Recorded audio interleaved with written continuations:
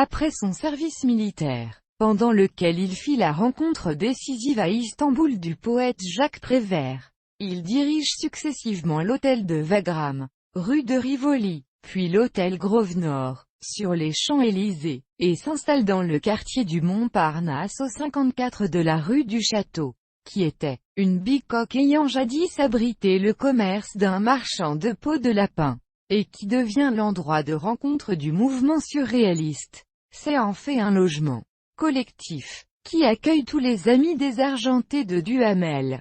Prévert, Raymond Queneau, Yves Tanguy. En 1928, il traduit un premier roman, Les Émeraudes sanglantes, de Raoul Whitfield. Il enchaîne divers petits métiers comme ceux de modiste, décorateur, chef de plateau au studio Pathé Nathan, publicitaire, éditeur pendant 2 ans d'une revue de tourisme, voyage en France, à la suite de la traduction d'un second roman, Le Petit César, de William Riley Burnett. Il travaille pour les studios de la Tobis Clan Film et adapte les dialogues de plus d'une centaine de films américains. Parallèlement, il joue au cinéma dans des films comme L'Affaire est dans le sac, de Pierre et Jacques Prévert. 1932, Le Dernier milliardaire, de René Clair. 1934, ou Le crime de Monsieur Lange, de Jean Renoir. 1936. Sa rencontre avec le dramaturge Marcel Achard en 1944 est déterminante.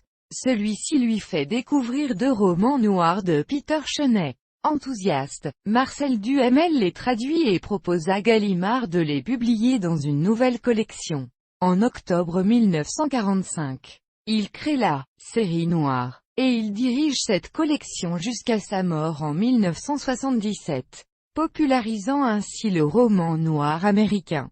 Avant d'être éditeur, Duhamel est d'abord traducteur, spécialisé dans la traduction des vrais Américains, Raymond Chandler, d'Achille Hammett, aussi bien que des faux Américains, notamment l'anglais Peter Chenet et James Hadley Chase, auxquels ces traductions ont su donner d'emblée un caractère américain.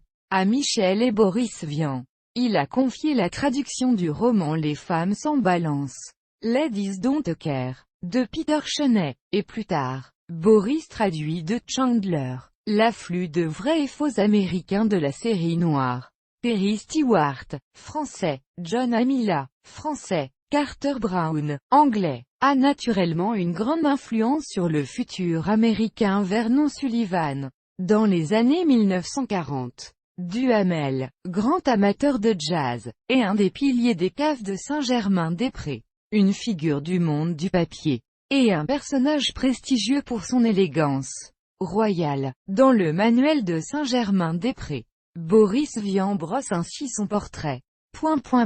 A eu une vie fort variée dont le récit nous entraînerait en dehors des limites de ce volume. Mais à tous les moments de son existence, il a conservé une dignité dans l'allure très caractéristique. Et on ne m'ôtera jamais l'idée que Marcel Duhamel est un enfant naturel de feu le roi George V d'Angleterre. Amateur passionné de jazz, possède une fort belle collection dans le style classique. Durant les années 1950 et 1960, il crée anime d'autres collections littéraires.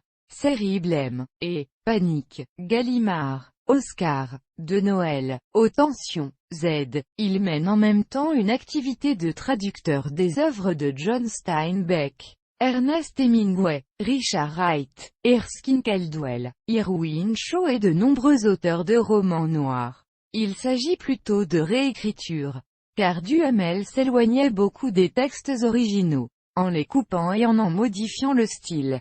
Adaptateur pour le théâtre de plusieurs romans. Pas d'orchidée pour Miss Blandish, du Réfifi chez les hommes, etc.